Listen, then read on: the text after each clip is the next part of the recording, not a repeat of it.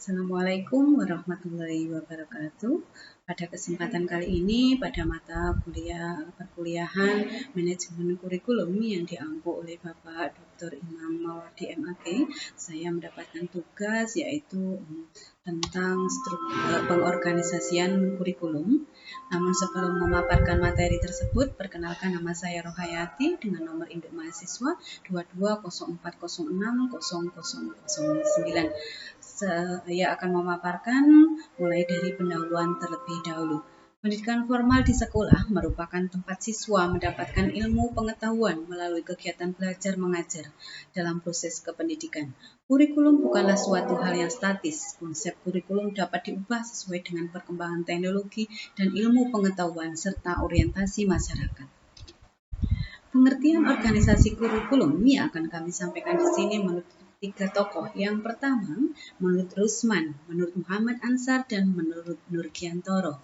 Bentuk organisasi kurikulum yang akan kita bahas yaitu ada tiga: separated subject kurikulum, correlated kurikulum, dan integrated kurikulum.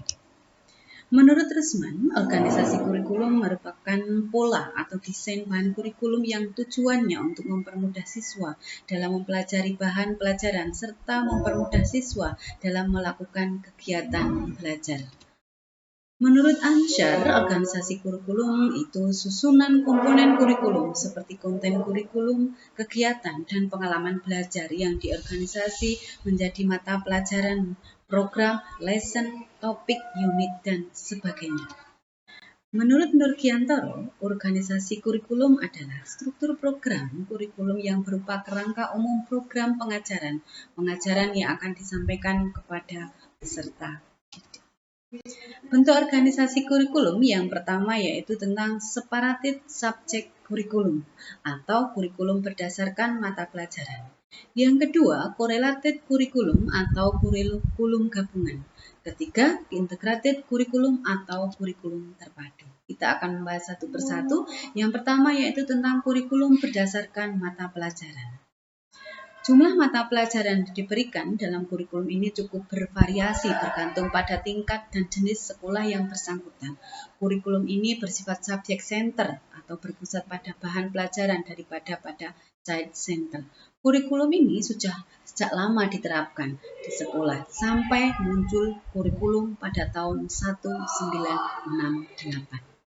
Adapun ciri-ciri dari kurikulum ini diantaranya adalah sejumlah mata pelajaran yang terpisah satu sama lain. Tiap mata pelajaran seolah-olah tersimpan dalam kotak tersendiri, bertujuan pada penguasaan sejumlah ilmu pengetahuan. Aspek tingkah laku lainnya tidak didasarkan pada kebutuhan, minat, maupun masalah siswa. Bentuk kurikulum yang tidak mempertimbangkan kebutuhan masalah dan tuntutan dalam masyarakat yang senantiasa berubah dan berkembang. Pendekatan metodologi pengajaran ini menggunakan sistem penuangan atau imposisi.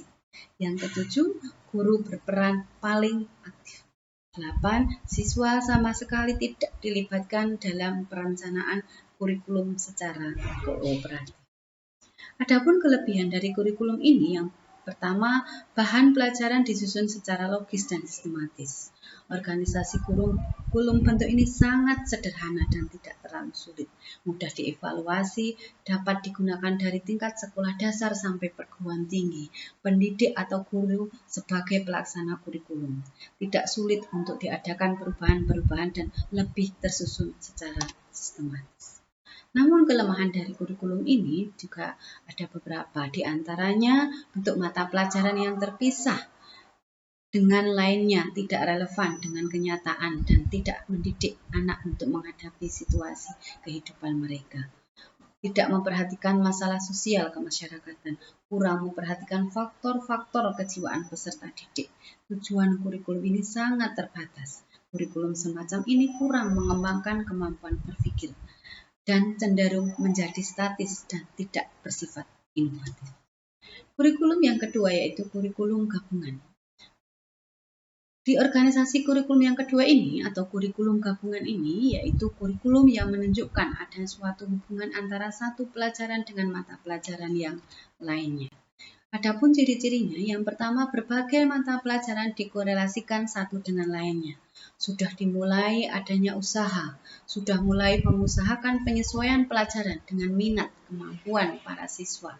Meski guru masih memegang peran aktif, namun aktivitas siswa mulai dikembangkan.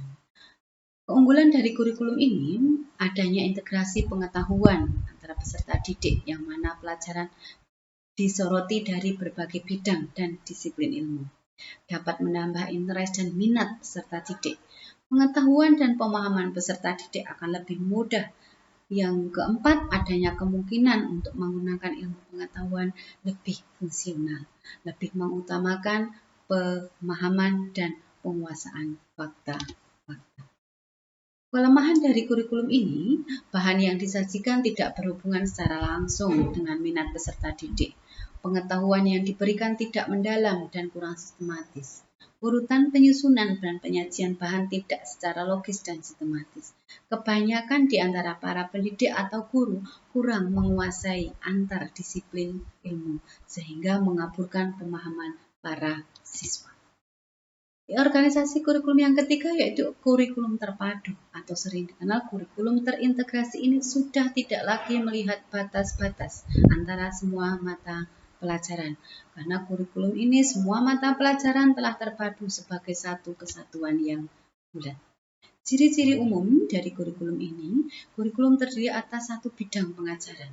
Pelajaran bertitik tolak dari core subjek, sistem penyampaian bersifat terpadu. Guru berperan selaku guru bidang studi, minat, masalah, serta kebutuhan siswa dan masyarakat. Kelebihan yang dimiliki kurikulum integrated ini, bahan pelajaran melalui pemecahan masalah dengan cara memadukan beberapa mata pelajaran dalam menyelesaikan suatu topik atau permasalahan. Memberikan kesempatan pada siswa untuk belajar sesuai dengan minat, bakat, dan potensinya. Memberikan kesempatan pada siswa untuk menyelesaikan permasalahan secara komprehensif dan kooperatif. Mempraktekkan nilai-nilai demokrasi dalam pembelajaran, memberikan kesempatan pada siswa untuk belajar secara maksimal, dan siswa juga belajar berdasarkan pengalaman langsung, membantu meningkatkan hubungan antara sekolah dan masyarakat, menghilangkan batas-batas yang terdapat dalam pola kurikulum yang lain. Kekurangan dari kurikulum ini, kurikulum dan bahan pelajaran tidak memiliki urutan yang logis dan sistematis, memerlukan waktu yang banyak dan bervariasi. Guru belum memiliki kemampuan untuk menerapkan kurikulum bentuk ini. Masyarakat, orang tua, dan siswa juga belum terbiasa dengan kurikulum ini. Kurikulum dibuat oleh guru dan siswa sehingga memerlukan kesiapan dan kemampuan guru secara khusus dalam mengembangkan kurikulum seperti ini. Bahan pelajaran ini tidak bersifat sederhana. Kemungkinan kemampuan yang dicapai siswa akan berbeda secara mencolok, memerlukan biaya dan waktu tenaga yang lebih banyak. Sekian pemaparan dari saya, tentunya banyak kekurangan. Mohon maaf bila salah kata, salah ucap. Terima kasih atas perhatiannya. Billahi taufik wal hidayah. Wassalamualaikum warahmatullahi wabarakatuh.